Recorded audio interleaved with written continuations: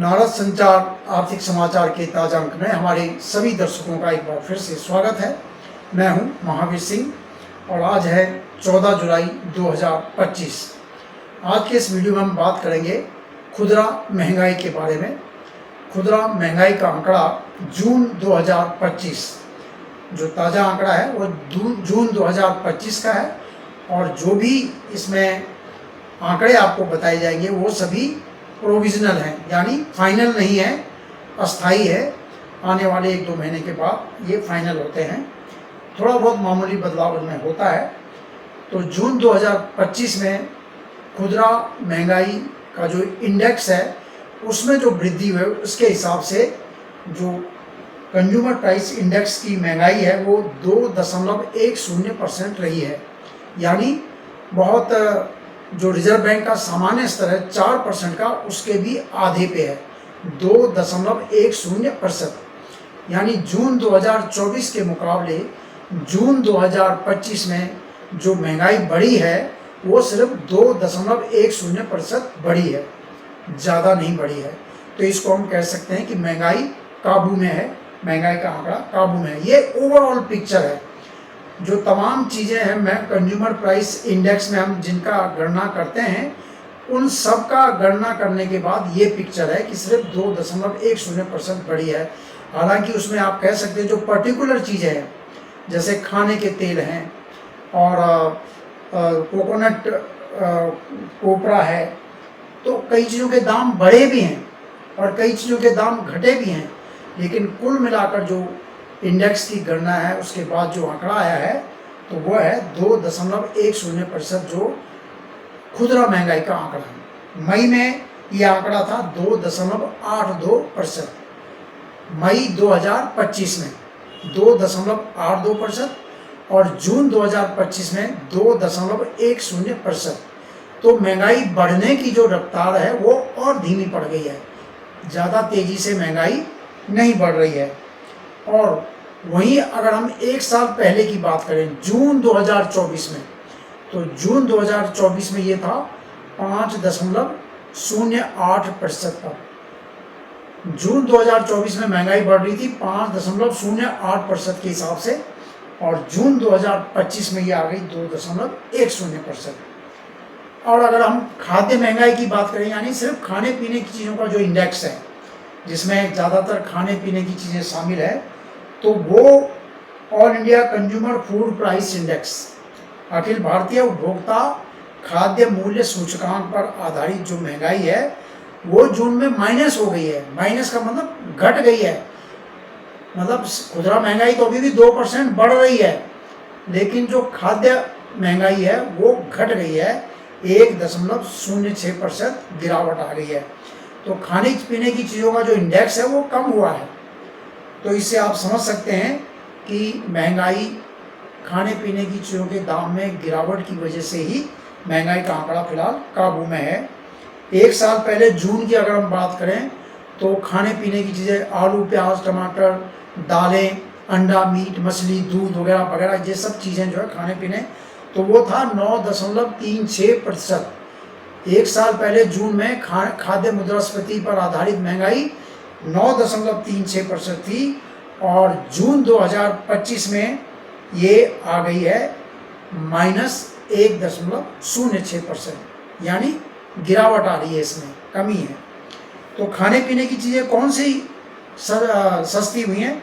सब्जियों के दाम, एक तो बेस इफेक्ट है क्योंकि पिछले साल काफ़ी ऊंचा था, मैंने बताया ना 9.36 बढ़ रहा था, तो बेसिक इफेक्ट जो है पिछले साल ऊंचा था और इस साल थोड़ा काबू में रहा तो वो नीचे ही आ गया, कंट्रोल हो गया। एक तो पिछले साल का काफ़ी चढ़ गया, 9.36% बढ़ रही थी, 10% के हिसाब से बढ़ रही थी, और अब अगर चीज़ें इस साल उसके बाद धीरे धीरे चीज़ें कंट्रोल में आने लगी तो खाने पीने का इंडेक्स वो माइनस यानी घट गया।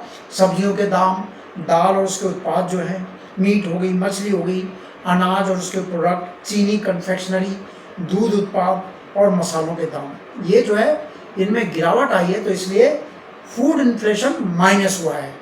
और जनरल मुद्रास्फीति यानी सब कुछ मिला के, जिसमें स्वास्थ्य सेवाएं, जो स्वास्थ्य पर आप खर्च करते हैं, ट्रांसपोर्ट पर खर्च करते हैं, आपके कम्युनिकेशन की जो चीज़ें हैं, जैसे मोबाइल हो गया, दूसरी चीज़ें हो गई, वो भी इसमें शामिल है।